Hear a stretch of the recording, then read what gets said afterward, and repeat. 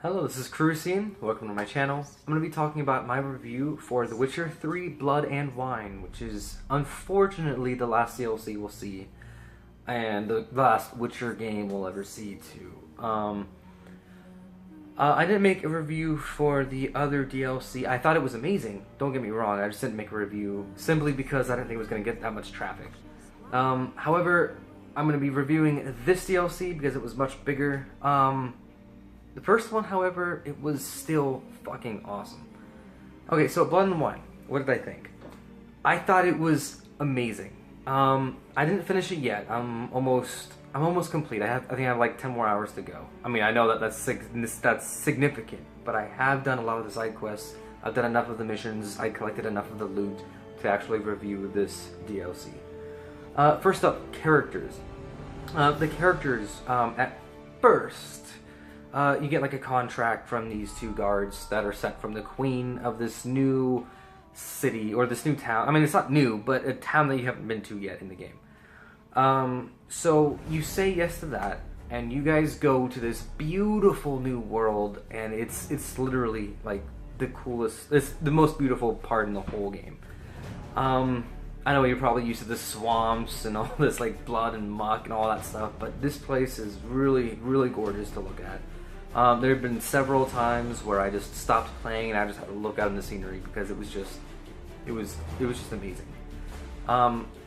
So at first the characters aren't that exciting, you know. You have to find out what kind of person or monster is killing these people, and you go on some kind of a hunt, and then you find out more about what you're hunting, and you're like, this is actually more interesting than I thought. Because at first I thought it was just, you know, one of those DLCs that are just, you know, they didn't put much effort into it, or into the story anyways.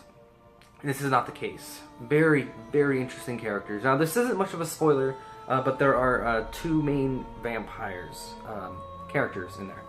I'm not going to say anything else other than the friendly vampire. His name's Regis, and the dialogue you guys have with each other is just fucking in-depth.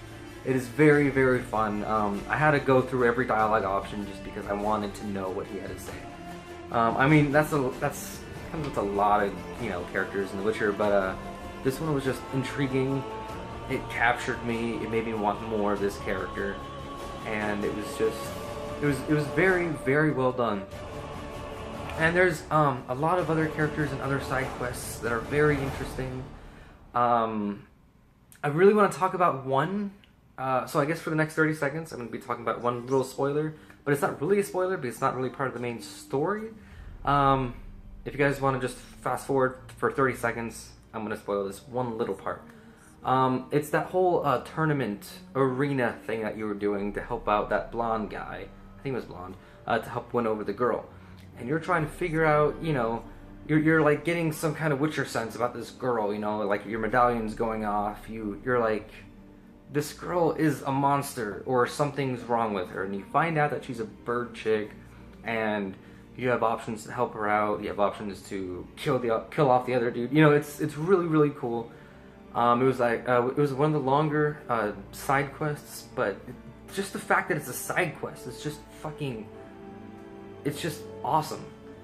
And how every character has their own dynamics, and how it has its own little ending, and it's not even part of the main quest. It's just awesome. Okay, so that's it for spoilers. Sorry, I had to say one.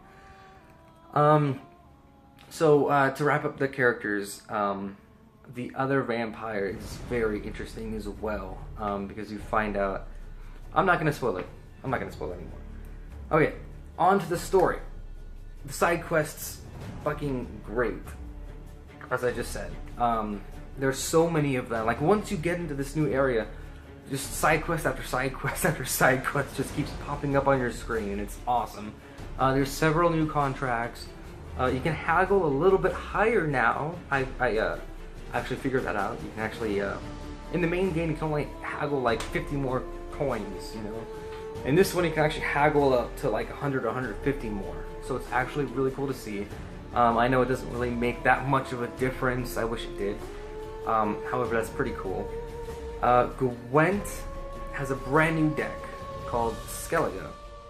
with brand new cards and different combinations. And I love Gwent. I played like 30-40 hours of just Gwent alone. Gwent is one of my favorite things to do in The Witcher 3. So just the fact that they put in a whole new deck is just fucking awesome. And it's really strong, and it takes down like 3 decks hands down. So I love how they did that. And they have a new tournament too. It's a whole new side quest where you go and find the new cards for the Skellige card set, and then you actually go into a tournament, test out your decks, all that good stuff. They also have new horse races and fist fighting. I'm not really a fan of either one.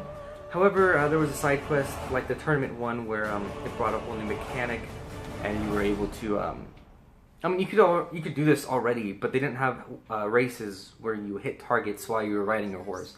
I thought that was cool. However, in the regular horse races and the fist fighting, I don't think it's. I don't know. It didn't grip me as much.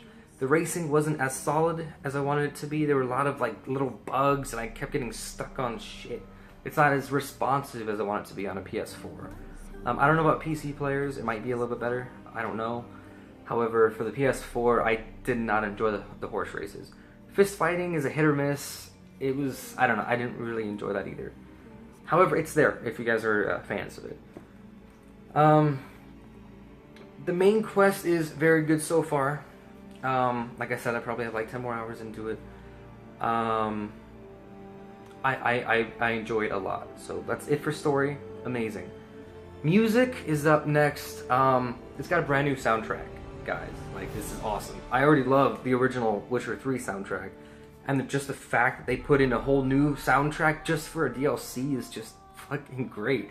And it's really cool. I love the new sounds it has. I love the new music. And it just flows really well with the game. And one thing I want to say real quick, they changed up the Gwent Song, which, thank gosh. After 40 hours of playing Gwent, the main game, I was getting really sick and tired of the Gwent Song I kept playing, so I had to keep muting the fucking game.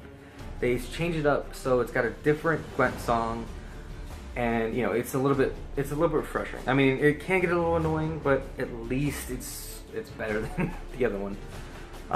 And great voice actors. Every character was well played, well cast.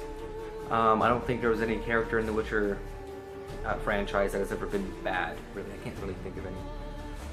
But great for music. Music, voice actors, awesome. Also in the DLC, you have a bunch of new weapons, upgrades, armor. Let's see. New rank for all your Witcher gear. Grandmaster. Fucking awesome. Makes it so that you can have your Witcher gear and upgrade it even further with the new DLC. Like for me, I had the Griffin armor, and I went through, got the highest level, and then this new DLC came out, and it comes with Grandmaster, and so far I haven't got those pieces yet, but I looked it up, and it looks fucking awesome, along with all the other gears. They all look fucking great. Except for the new Witcher gear. I'm not a fan of it. A couple friends of mine that played Witcher 1 said that it kind of reflects back to Witcher 1 style. I haven't played it, so I wouldn't know. Each look is very cool though. And another thing, you have 2 trees now for upgrading. Like later on in the game, you get 2 trees. So for me, I play on the hardest difficulty, and I do mage. So it's really cool to be able to put something into alchemy and make better potions while I'm a mage, or put something into sword fighting, make me quicker, make me do those spin attacks while I can still have Gwent up or whatever. It's really cool, and it's just the fact that there's so many more weapons and loot is just fucking awesome. And then one last thing, the new area, like I said, looks beautiful. It is huge. It's like another No Man's Land. It is fucking huge. I like the idea that the question marks aren't everywhere like every other place in the world. The question marks come up when you come to it or when you go to a bulletin board. I like that. That means you actually have to explore the land for yourself and find the question marks yourself. I like that a lot. A lot of new quests and contracts, and just the game, the DLC is very detailed. There's these parts that have no quests in them at all, but you can tell that the buildings and the way the land is, it's just so well detailed and organized, and it's very, very pleasant to play. I had to say, go out and buy this DLC immediately if you like The Witcher 3. Yeah, this is the best DLC I've played in a very long time. If you liked the video, please hit like, subscribe. I'll see you guys on the next video.